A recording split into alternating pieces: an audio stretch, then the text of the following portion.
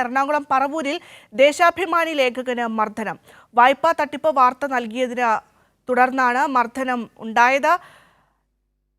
UDFന്റെ നേതൃത്വത്തിലുള്ള ചേന്ദമംഗലം സഹകരണ ബാങ്കിലെ വായ്പാ തട്ടിപ്പ് വാർത്ത നൽകിയതിനാണ് മർദ്ദനമുണ്ടായത്. ഇപ്പോൾ ഉമേഷ് ഉണ്ട് വാർത്തയുടെ വിശദാംശങ്ങൾ നൽകുന്നതിനായി. ഉമേഷ്, എപ്പോഴായിരുന്നു ഈ സംഭവം ഉണ്ടായത്? എങ്ങനെയൊക്കെയാണ് വിവരങ്ങൾ? ഭദ്ര, ഇന്ന് വൈകിട്ടാണ് ഈ സംഭവം ഉണ്ടാകുന്നത്. അതായത് UDF നേതൃത്വത്തിലുള്ള UDF ഭരിക്കുന്ന ചേന്ദമംഗലം സഹകരണ ബാങ്കിൽ വായ്പാ തട്ടിപ്പ് നടത്തിയവരെ കുറിച്ച് വാർത്ത നൽകിയതിന്റെ വൈരാഗ്യത്തിലാണ് പറവൂരിലെ ദേശാഭിമാനി ലേഖകൻ ദിലീപ് കുമാറിനെ 4 അംഗ സംഘം മർദ്ദിച്ചത്. വിവിധ ക്രിമിനൽ കേസുകളിൽ പ്രതികളായ TS ഷൈബി, PS രാജേന്ദ്ര പ്രസാദ് എന്നിവരുടെ നേതൃത്വത്തിൽ 4 അംഗ സംഘമാണ് തന്നെ മർദ്ദിച്ചതെന്ന് ദിലീപ് കുമാർ പറയുകയുണ്ടായി. തലയ്ക്കും മുഖത്തും കഴുത്തിനുമൊക്കെ പരിക്കേറ്റ ദിലീപ് പറവൂരിലെ സ്വകാര്യ ആശുപത്രിയിൽ ഇപ്പോൾ ചികിത്സയിലാണ്. ചേന്ദമംഗലം സഹകരണ ബാങ്കിൽ സ്ഥലം പണയം വെച്ച് അധിക തുക ഈടാക്കി നടത്തിയ തട്ടിപ്പിൽ ഈ ഷൈബി എന്ന് പറയുന്ന ആൾക്കെതിരെ വിജിലൻസ് കേസെടുത്തിരുന്നു. ഇതേക്കുറിച്ച് വാർത്ത നൽകിയതാണ് മർദ്ദനത്തിന് കാരണമെന്ന് ദിലീപ് പറയുകയുണ്ടായി.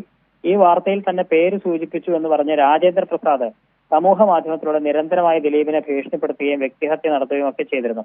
ഇതിനിടയിലാണ് ഇന്ന് വൈകിട്ട് വടക്കൻ പറവൂർ പ്രസ് ക്ലബിന് താഴെയുള്ള കടയിൽ ചായ കുടിക്കാൻ പോകുന്നതിനിടെ ദിലീപിനെ ഇവർ മർദ്ദിച്ചത്. ദിലീപ് കുമാറിന്റെ പരാതിയിൽ 4 പേർക്കെതിരെ പറവൂർ പോലീസ് ഇപ്പോൾ കേസെടുത്തിരിക്കുകയാണ്. ആശുപത്രിയിൽ ചികിത്സയിൽ കഴിയുന്ന ദിലീപ് കുമാറിനെ മുതിർന്ന CPIM നേതാക്കൾ അടക്കമുള്ളവർ ഇപ്പോൾ സന്ദർശിക്കുകയുണ്ടായി. അതേസമയം ഈ പറവൂർ പ്രസ് ക്ലബിന്റെ വൈസ് പ്രസിഡന്റ് കൂടിയാണ് ദിലീപ് കുമാർ. അതുകൊണ്ട് വൈസ് പ്രസിഡന്റായ ദിലീപ് കുമാറെ മർദ്ദിച്ചതിൽ പറവൂർ പ്രസ് ക്ലബും പ്രതിഷേധിച്ചിട്ടുണ്ട്. ഭദ്ര. ശരി ഉമേഷ്, വ്യക്തമാണ്. UDFന്റെ നേതൃത്വത്തിലുള്ള ചേന്ദമംഗലം സഹകരണ ബാങ്കിലെ വായ്പാ തട്ടിപ്പ് വാർത്തയാക്കിയതിന് പിന്നാലെയാണ് ദേശാഭിമാനിയുടെ ലേഖകന് മർദ്ദനം ഉണ്ടായിരിക്കുന്നത്. നിരന്തരം അദ്ദേഹത്തെ ഭീഷണിപ്പെടുത്തുന്ന ഒരു സാഹചര്യം കൂടി ഉണ്ടായിരുന്നു സാമൂഹ്യ മാധ്യമത്തിലൂടെ. ഉമേഷാണ് വാർത്തയുടെ വിശദാംശങ്ങൾ നൽകിയത്.